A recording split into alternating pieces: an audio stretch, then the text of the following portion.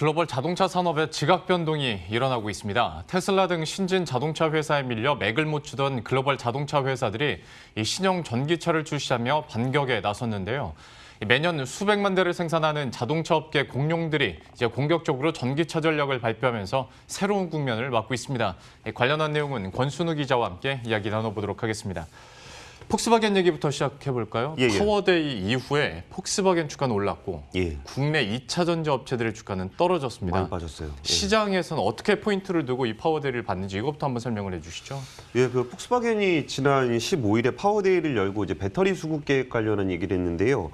배터리 가격을 무려 절반으로 낮추고 용량을 40기가씩 공장 6곳을 구축하기로 했습니다. 와, 이게 진짜 사이즈가 다르다라는 느낌을 굉장히 많이 줬는데요. 또 18,000기의 충전기를 유럽 전역에 공급을 하고 2030년까지 2,600만 대의 전기차를 생산하겠다고 밝혔습니다.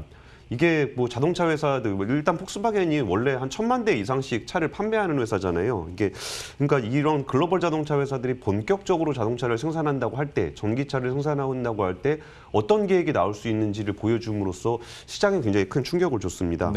그 전기차 대응에 대해서는 폭스바겐이 굉장히 미흡하다는 평가를 좀 받았는데요.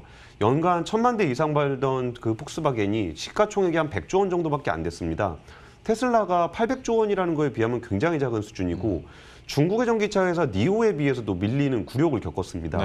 폭스바겐은 파워데이 이후에 주가가 30% 이상 오르면서 독일 시가총액 1위인 SAP를 제치고 1위를 차지했습니다. 그러면 구체적으로 폭스바겐의 전기차 출시 계획은 좀 어떻게 나왔습니까? 그러니까 폭스바겐 전기차 계획 이름이 엑셀러레이터예요.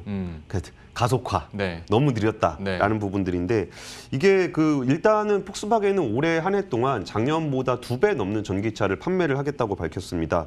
그러면서 3월 말부터 유럽 전역에 출고를 하고 중국 시장에는 또 특화된 상품인 ID4 GTX, ID5 G쿠페, ID6X를 무려 3종의 전기차를 쏟아내기로 했습니다. 올해 판매 목표는 30만 대인데요. 현대차의 판매 목표가 한 16만 대, 테슬라가 한 80만 대라고 하니까 뭐 아직까지 올해 테슬라를 이기거나 그러진 않을 것 같습니다. 그래도 진짜 얘기해 준 것처럼 어떤 계획의 프로젝트 명만 보더라도 지금 칼을 갈고 있다라는 느낌을 받을 수가 있을 것 같고요. 폭스바겐 외에도 다른 자동차 회사도 전기차 관련한 계획들을 내놓고 있는데 좀 어디가 있을까요? 그러니까 이게 요새 발표가 많이 나오는 이유가 이게 주주총회 시즌이에요. 그래서 주주총회를 하면서 올해 계획에 대해서 발표를 하고 있는데 BMW 그룹도 전기차 전환에 속도를 내고 있습니다. 그 BMW 그룹 같은 경우는 전기차에는 굉장히 좀 빨리 진출한 경향이 있는데 그러면서도 자신들의 프리미엄 브랜드, 드라이빙 머신이라는 어떤 그 브랜드를 가지고 있는 회사로서 내연기관 쪽을 포기하지 못하는 부분들이 분명히 있습니다. 그러면서 이번에도 그 올리버 집스 회장은 고객의 요구를 만족시키기 위해서 가솔린과 디젤 엔진에 대한 개발도 꾸준하게 하겠다라고 발표를 했습니다. 그러면서 엔진 개발 계획을 중단할 계획이 없다라고 밝혔는데요. 그러면서도 올해 전기차 판매는 전년 대비 75% 정도 늘리려고 이제 발표를 했고요.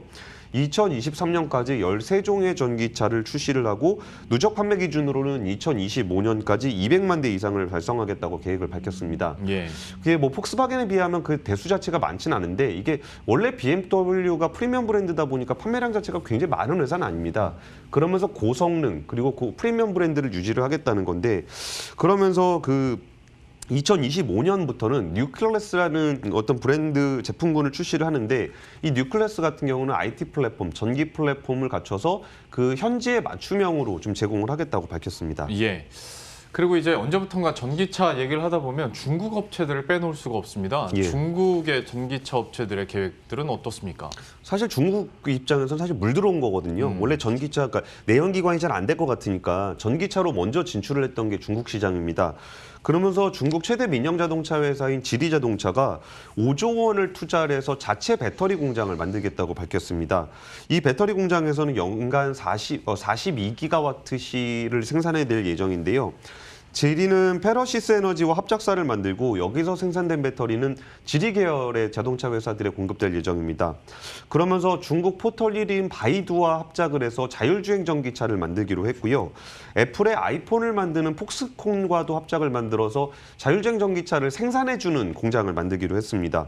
또 우리나라의 SK그룹과 한 3천억 원 정도, 3,400억 원 정도의 규모의 글로벌 혁신 모빌리티 기업에 투자하는 펀드를 조성하기로 했습니다. 네. 여기에 더해서 중국의 IT 회사들도 속속 중국 그 전기차 시장에 진출을 하고 있는데요. 중국 최대 IT 회사인 화웨이가 그 자율주행 기능이 탑재된 전기차 지우 HBT를 출시를 하겠다고 발표를 했습니다. 다음 달 상하이 모터쇼에서 발표를 할 예정이라고 하는데요. 또 샤오미, 핸드폰을 만드는 샤오미 같은 경우도 중국 전기차 시장에 진출을 하기로 했습니다. 그러면서 전기차 회사인 니오의 창업주와 만나 그 어떤 전기차 제조와 관련한 사안을 논의를 했다고 합니다. 예. 하다 보니까 상대적으로 이제 테슬라가 좀 잠잠합니다. 특히 중국에서 이제 테슬라 금지령까지 나왔는데 이거 구체적으로 내용 좀 전해주시겠어요? 사실 테슬라는 중국 정부와 굉장히 관계가 좀 깊었던 회사입니다. 보통 중국 정부가 자동차 회사를 설립을 하면은 중국 현지 업체 50% 그리고 외국 업체 50%에서 합작 업체를 주로 설정을 했었는데 그 테슬라만 유독 100% 회사를 설립할 수 있도록 해줬습니다. 그리고 그 트럼프 정부와 시진핑 정부가 굉장히 치열하게 부딪히고 있는 무역 분쟁 상황에서도 테슬라 같은 경우는 상하이에 전기차 공장을 설립하는 것을 꾸준하게 추진을 해왔습니다. 그런데 최근에 그 중국 정부에서 국영기업과 정부에서는 테슬라 차를 사지 마라. 그리고 이제 그 일단은 회사에는 그 차를 타고 오지 말고 이게 우주항공 같은 민감한 분야에서는 집에서도 테슬라를 타지 마라라고 좀 지시를 했다고 합니다. 예. 지금 테슬라가 지난해 판매량의 한 25% 정도가 중국에서 판매가 되고 있거든요. 이 부분은 테슬라에게 굉장히 좀 아픈 고리가 될 수 있을 것 같습니다.